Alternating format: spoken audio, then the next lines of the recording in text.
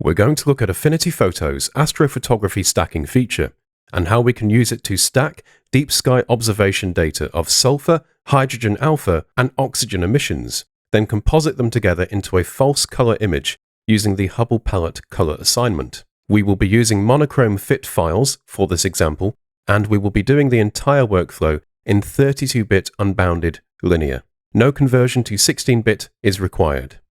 To begin with, let's go to File and New Astrophotography Stack. This takes us into the dedicated persona or workspace for stacking. On the right-hand studio here, we have the Files panel, and this is where we can add our light frames and calibration frames. So let's start by adding our light frames using the Add Files button down here. I'll just navigate to the folder where they are stored, and we'll start with the HA or hydrogen alpha data. Now, just a tip here, rather than having to go into the folder itself and select all of the files manually, we can instead just come out, select the folder itself, and click Open. Now that we have the light frames in our files list here, we can click to move through them and preview tone-stretched versions. You can also exclude single frames by disabling the eye icon to the right here. However, I've checked all of these frames beforehand and they are of good quality. So now we can move on and add the bias frames. Again, we'll choose Add Files down here, navigate to our bias frames folder and click Open. Do the same for dark frames. And then for the flat frames, I just want to go into this folder and choose my HA flat frames. Now, once we have added all of our calibration frames, we could immediately try and stack them using this option on the context toolbar. However, with this camera, you may notice that we have a severe amount of column defects. There are quite a few hot pixels as well, and overall, the images are just generally quite noisy. Bad pixels are detected automatically when using dark and flat frames, but we have more control over the process by selecting the Bad Pixel Map tool. If you haven't already stacked your frames, it will quickly analyze your dark and flat calibration frames for hot and cold pixels, respectively.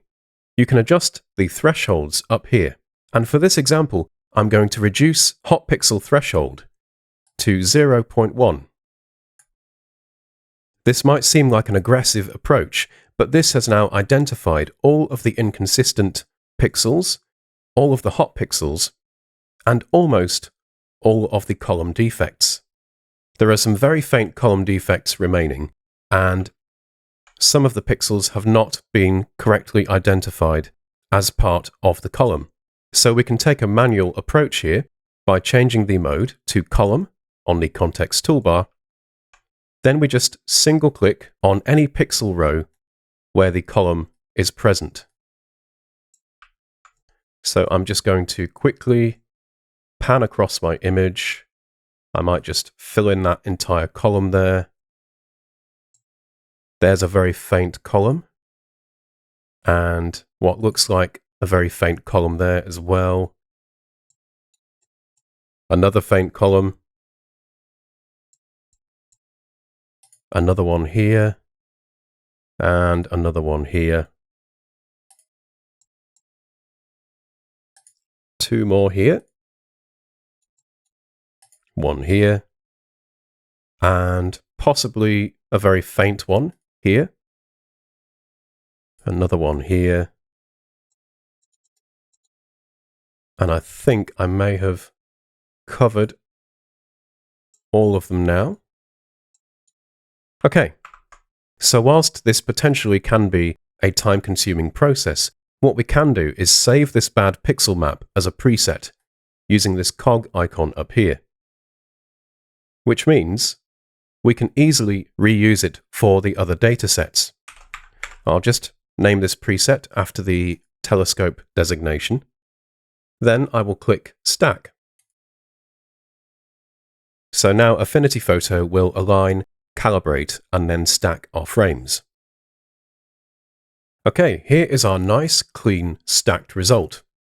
We can click Apply to move back to the photo persona, and on our Layers panel here, there is our stacked image as a pixel layer with a gamma adjustment and a curves adjustment for additional tone stretching. We will rename this layer to HA to stay organized. Now we just need to repeat the process for the oxygen and sulfur data. So I will choose to add my light frames. This time I'll select the oxygen folder, click Open, then just add my bias frames, my dark frames, my flats shot with the oxygen filter, and then I'll select the Bad Pixel Map tool. And although this result would probably be sufficient as it's remembered the hot pixel threshold value I set earlier, I'll click the cog icon and apply that bad pixel map I saved previously. Then click Stack. And once the stack has completed, click Apply. Then I'll just rename this pixel layer so I don't forget this is the oxygen data. And finally, go to File, New Astrophotography Stack, add my light frames.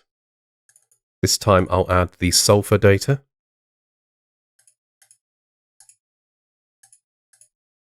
Add the bias frames, the dark frames, and finally, the sulfur flat frames. Once again, select the Bad Pixel Map tool, apply that Bad Pixel Map preset, click Stack, then click Apply, and rename the sulfur pixel layer. Now we have our three sets of data. We just need to get them into the same document. Let's use the HA document as a base.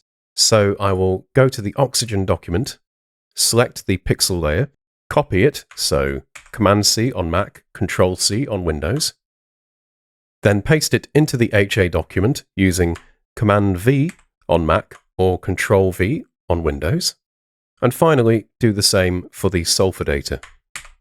Copy it, then paste it into the HA document. Now we can select the top two data layers and set the blend mode to Add. But before moving on, we will need to align these layers first. To do this, we can select one layer, then Shift-click to select the others, then go to Arrange and Align Layers by Stars. You may or may not see a huge difference here, depending on how much alignment your datasets require. Now it's time to add some color. As mentioned previously, we are going to use the Hubble palette color mapping, which maps sulfur to red, hydrogen alpha to green, and oxygen to blue. To achieve this, we will use a recolor adjustment layer.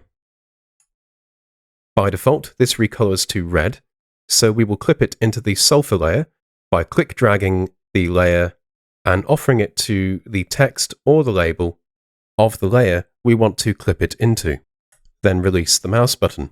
Rather than having to add another recolor adjustment from the layer menu, it is quicker to duplicate the existing adjustment using Command-J on Mac or Control-J on Windows. Then I can just drag this into the oxygen layer. This needs to be blue, so on the recolor dialog, I will change the hue value to 240. Then I will duplicate once more, drag this into the hydrogen alpha data, and set the hue value to 120 degrees for green. The image is now heavily tinted green, which is not surprising given that hydrogen alpha is usually the dominant signal compared to sulfur or oxygen.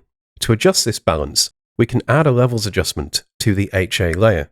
Because we already have the recolor adjustment selected and it is clipped into the layer, we can just add a levels adjustment directly above it by using Command-L on Mac, Control-L on Windows. Then we just want to move the gamma slider to the right until the tones begin to balance out.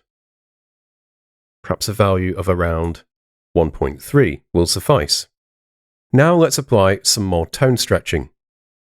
We'll move back up to the top of the layer stack and add another curves adjustment. So Command M on Mac, Control M on Windows. We can use the picker option here to try and separate the object from the background. So click on the picker button, then click drag over an area of the background to add a node on the curve graph. So we'll drag down slightly. Then we want to click drag and pick again near the faint nebula tones. Be careful not to clip the curve at the top of the graph. If you do, you can just click drag and add another node to bring the curve back down, and this will just avoid clipping any bright star detail. At this point, we might want to try and bring out some more of the sulfur detail. So let's add a levels adjustment, and we will click drag and clip it into the sulfur pixel layer. We will just move the gamma slider to the left slightly, not by too much, just until we start to see some of those nice red tones emerge. Okay. Now, all this tone stretching has really highlighted the edge detail, which we might want to crop away.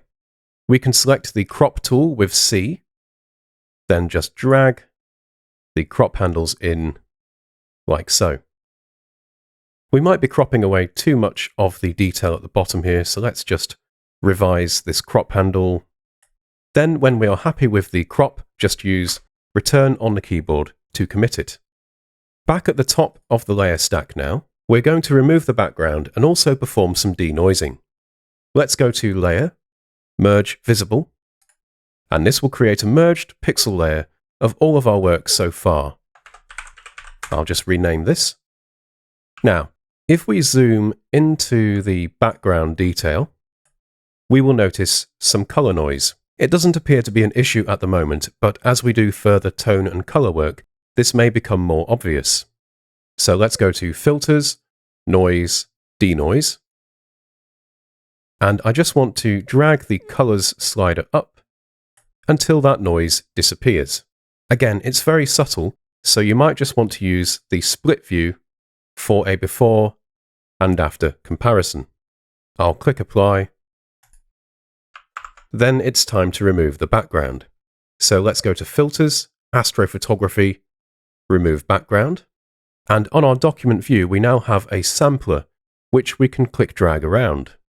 Let's position it over an area of the background. Then check Sample Color at Handle. And to avoid subtracting to pure black, which perhaps doesn't look very visually pleasing, we can raise the output black level until we get a more suitable result. Now, just something to bear in mind, you can drag this sampler around dynamically, and when you have an image with very dense star detail in the background, you just need to be careful about where you position your sampler. Notice as I drag near some stars, the background actually takes on a greener color cast, which is obviously not what we want, so just make sure that we're sampling over a neutral background area, like so. Then we can click Apply to commit that filter. Let's complete this image now with some final adjustments and retouching. First, I will add a brightness and contrast adjustment to brighten the overall image and add some contrast in as well. Then we will do some color manipulation, which is my favorite part. You can try various adjustments, like HSL and color balance, but my preferred approach for most scenarios is to use selective color, basically because you have more specific control over the color ranges. Let's just zoom in here so we can see what we are doing in more detail. Now, on reds, I will bring yellow all the way up, then reduce cyan. And on yellows, I will reduce cyan all the way to minus 100%, then boost magenta and yellow up. This really brings out that stunning gold color mix, as you can see here. On greens, if we want some stronger green separation, we can boost yellow to 100%, then reduce magenta, and boost cyan slightly. And then on cyans, we can boost cyan all the way up and reduce yellow. Now we can use magenta to control whether we want a pale cyan look or a nice deep blue. Or of course, we could just leave it somewhere in the middle. I will now skip over to magentas, and this is going to let us control the coloration of the star detail. We have some nice magenta star detail in the middle here, but it does also pollute the rest of the image. Now, reducing the magenta contribution will neutralize the color of these stars, which works really well for the background, but unfortunately, we do lose that nice magenta color in the middle stars here. Instead, what we can do is move this slider back to its middle position, add another selective color adjustment, reduce the magenta on this adjustment, and close that down. Then select the paintbrush tool, increase the brush width, bring the hardness down to 0%, and with my color set to pure black, I can just paint into this area, which will subtract from the selective color adjustment mask, and that then means that we can recover that vibrant star color in the middle, whilst still being able to neutralize the star detail in the background. Okay, the next step might be to bring out some structure in the nebula detail. To do this non-destructively, we can add a live clarity filter. Now, by default, live filter layers child layer into whichever layer we just had selected on the layers panel. That's not a problem, we can just click drag this out on its own at the top of the layer stack. Then on the dialog, I'll just increase the strength until we really start to bring out some strong structure here. However, it's currently applying to the whole image, and it's making the star detail really bright and overpowering. So we can use masking again to control this. I'll close that dialog down, then with the clarity layer selected, go to Layer and Invert, or alternatively, you could use Command-I on Mac or Control-I on Windows. That will invert the clarity mask. Then I just need to select my paintbrush tool again. This time, set my color to white and paint back in over those areas where I want the clarity effect to apply. This is looking good. The next step we may want to take, however, is to reduce the intensity of the stars. They perhaps dominate the image too much and do not really allow the nebula detail to stand out. So I will just temporarily hide the clarity layer, then select the merged pixel layer, go to Select, select Sampled Color, set the model to Intensity, then I just want to zoom in and click on some bright star detail. I can then increase the tolerance, click Apply, and then grow the selection by going to Select and Grow, check Circular, and let's try a value of 3 pixels. This looks sufficient, so we will click Apply, and now with our selection active, we will want to add a live minimum blur filter. Once we've added this filter, it will be masked to the selection of stars we just made. So now we can deselect using Command-D on Mac or Control-D on Windows. On the minimum filter, let's check Circular and try a radius of 1 pixel. To preview this effect accurately, we will want to be at 100% zoom, so that's Command-1 on Mac or Control-1 on Windows. Now, we started off conservatively at a 1 pixel radius. Let's try 2, or perhaps even 3. And at this point, I might close this dialog down, perhaps re-enable the clarity filter, and then decide that actually that minimum blur value was too strong. Because this is a live filter layer, that is not a problem. I can just double-click the minimum blur filter and then change the radius value again. We can also apply this to the live clarity filter. Perhaps we feel that the clarity effect upon reflection is too strong, so we could either double-click to bring up the live clarity dialog and adjust the strength, or alternatively, we could just alter the opacity of the layer itself. For example, we could bring this down to maybe 80%. And there we go. That was a comprehensive look at stacking a false color SHO image and some techniques that you can use for retouching. I encourage you to experiment with Affinity Photo's array of adjustments and filters to find your own astrophotography workflow. Have fun, and thank you for watching.